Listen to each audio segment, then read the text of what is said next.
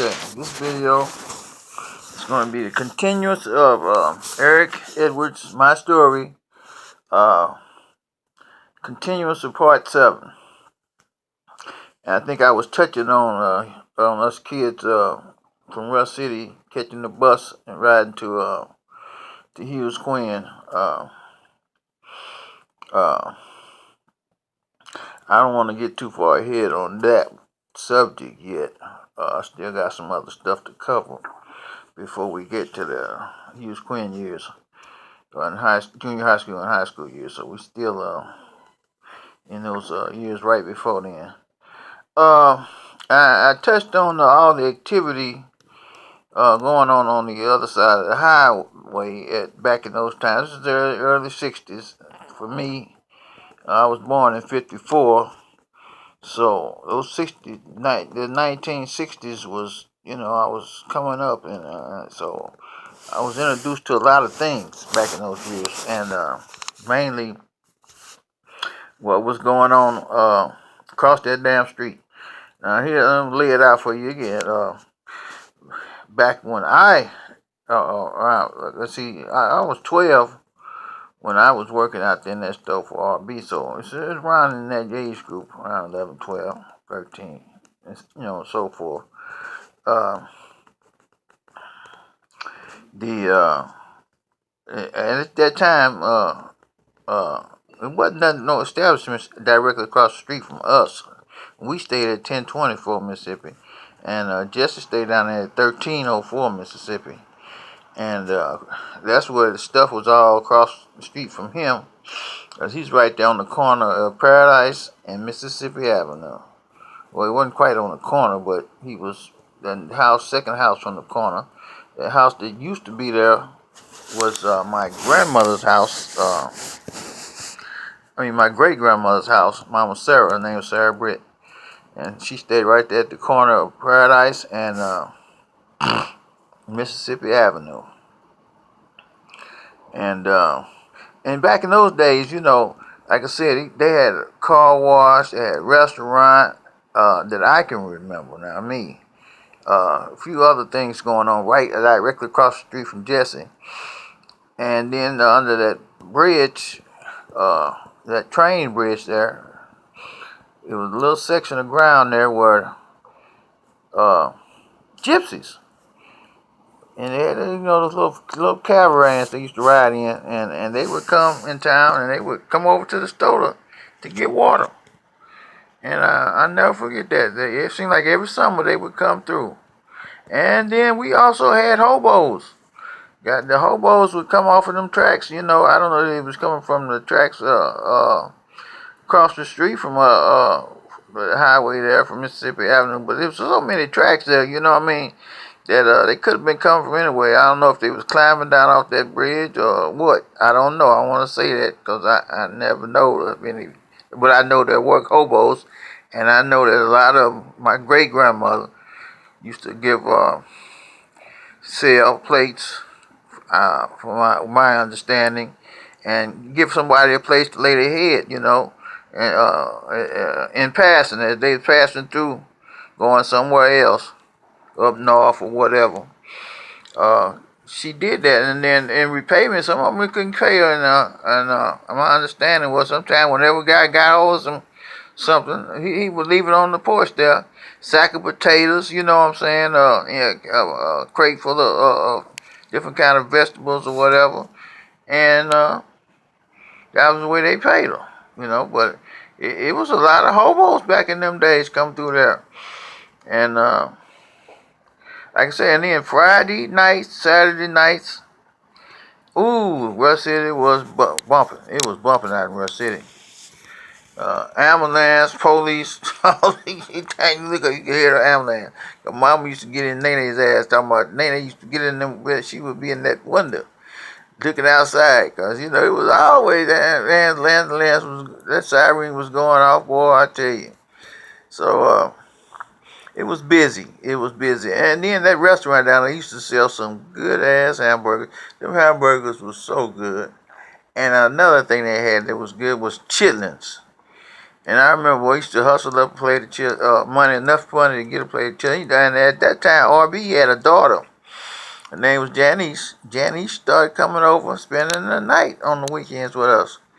And sometimes Janice would have a little money. She'll get me the money and get me to go over there across that street to to the restaurant and get us a plate and get a plate of chitlins, and she shared with us.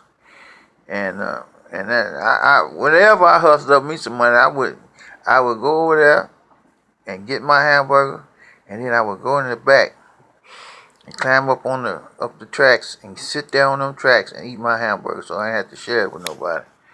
And I would sit there on them tracks and we just watch the goings on and stuff. And then what tickled me too was on the weekends, in the mornings, like after Friday, after night, they shut down, and then early that Friday morning, early I mean not Friday morning, that Saturday morning from Friday night, and then Sunday morning from Saturday night, Cut Butt, Ricky's them dad, that's what they called him, Cut Butt.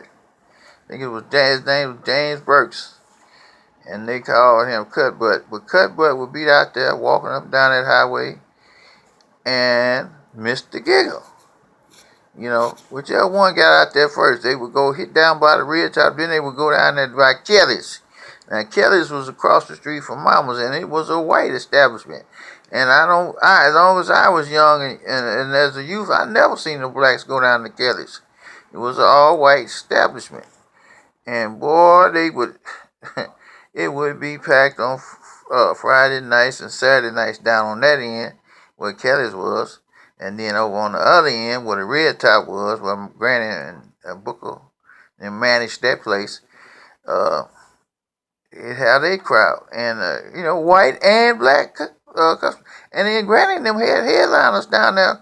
People that made it later on in life. Miles Davis, Tina and Ike Turner. They was Red Fox and what's his name? Esther. They would be up in there. Just a lot of people that eventually moved on to California and made name for themselves, but they had their origins. They was out there at that red top. They showed that red top was a jumping folk place. I'm telling you, it was, and somebody was either getting robbed, raped, or killed down there. Boy, I tell you, whoo, that place. Say the ambulances was going. And they like I say, and then down over there at Kelly's, like I say, they would Cut Butt and Miss Giggle would go down there, and you could see. I said, well, I used to get up in the morning, sometimes they taking the trash and shit out, ashes and stuff, and I see Cut Butt and them, Mr. Giggle walking up down that highway. I mean, those parking lots, and finding money out there and other things. And so some mornings I would get up early and try to beat them. I would go down there. And I got lucky a couple of times too. I'll never forget that. I got lucky finding balled up money down there. Lighters, shit. Found a watch one time down there. And I found more stuff down there by Kelly's than I did down there by the Red Top. Because their parking was all along the highway there. And where Kelly had a damn parking lot. And, I remember, never forget this. One time I found some damn money. And Grayson Smith, them he got him and Boo, used to be running brothers, got wind of it.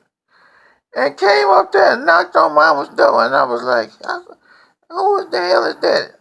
And they even said, that's Grayson out there. And at the time, Grayson was trying to hit on Janice. Eventually, he ended up getting married to Janice. But before that happened, he comes up there to the house, and I'll go to the door. I say, yeah, what's wrong? Hey, man, you just found some money, man. We come up here. You got to up that money, man. I say, what? You heard me? You got to up that money, man. And Bud was sitting down on the steps. He wasn't pursuing them out of, but Grayson was serious as a heart attack. I say, man, you better get the fuck on, man. I'm not giving you a goddamn red cent. I was mad too, and I slammed the door. You know what happened after that, man? I waited. I watched and waited and watched his ass and stalked and watched and waited to see how his patterns was and what time he ended up coming home. And I figured it out. I found out he's coming home and he had a curfew. And what I did was I piled up a bunch of bricks. I'll never forget, right there in front of in Mr. Lawrence's yard. And Mr. Lawrence and his house was directly across the street from Grace and them. And so when Grayson came dilly bopping home, I remember, I'll never forget that night. He come and I just when he was getting ready to open that screen door, he it was so funny. I started unloading them bricks on his ass. Boy, I know I hit him. I had to hit him 4 or 5 times. I had about eight bricks stacked up. And I was trying to make sure I got rid of all of them. And I was chunking them bricks, boy, rapid fire. And he was trying to cover up, but I nailed him, and then I hit on back, because he right behind Mr. Lawrence and them. That was on Sycamore. So right behind Mr. Lawrence was Victory. And right behind his house was the Sims. And so it was a big field out there right next to the Sims house. And Cutbutt's house was right next to Mr. Lawrence. So I had shot through that yard and went through that field, and I was back home. And I felt so satisfied because I knew I got his ass, and he didn't know who it was that did it. And it was so satisfactory. Yes, indeed, I got that, boy. And like I say, that happened a lot. I got a lot of guys like that, man. Like I said, and I had got so good at stalking and stuff. Like I was talking about the rooms out there in the store, in the back. They actually had a bedroom back there, and this was during a time when my auntie had moved. I don't know if she came to visit us or what it was. My aunt Ethel had came to visit us, and she used to take her dates out there. And then I never forget the rooms. And even sometime in the day, that one day she brought the guy from one of the school teachers from Eastern School. And I said, I'm looking at the kitchen window, and I say, I guess we got some dude out there. And I knew what she was doing. So you know what I did? I waited. They went in, and I gave him just enough time. I figured he took his clothes off and got in the bed. I gave him about half an hour, and I went out there and quietly opened that door. There's a door between a room before you enter the room, before you got to where the bedroom was. And I crawled in there. And his pants was on the floor. I swear I did it. I reached in his pocket and I got me some money out of his pocket. And I crawled back out that room. And I had been doing that kind of stuff. I got to tell you how I got good at it. This is how good I got at it. When my sister and us was coming, my sisters, I love my sisters, and I couldn't stand for nobody to mess with them. And Shasta she was having a time with them girls. They was, for some reason, I think they was jealous of her. And what I used to do was I jumped off of that church one time on one of her friends. Well, became a friend later. A big girl used to jump on boys and beat their butts. Her name was Merlin. And Merlin used to beat them niggers up. And that's along girls and bully folks. And she was bullying Nene, and I wasn't having it no more. I had enough of it. And so I got up. She used to have her little routes and with her little style. I knew they was coming up there to that store. So I just got on top of that church and waited. And I was down, here she come. And you know I flew. I flew off the top of that church and landed on top of that big old heifer and went to wailing on her ass and told her, don't fuck with my sister. You better keep your motherfucking hands off her. Don't let me ever find out that you put your hands on her again. And that was that. Now the other one was Tut, not Tut, yeah, her name was Tut. We call her Mary Custer, Red's mama. And she used to, because we had to go there between coming home from school.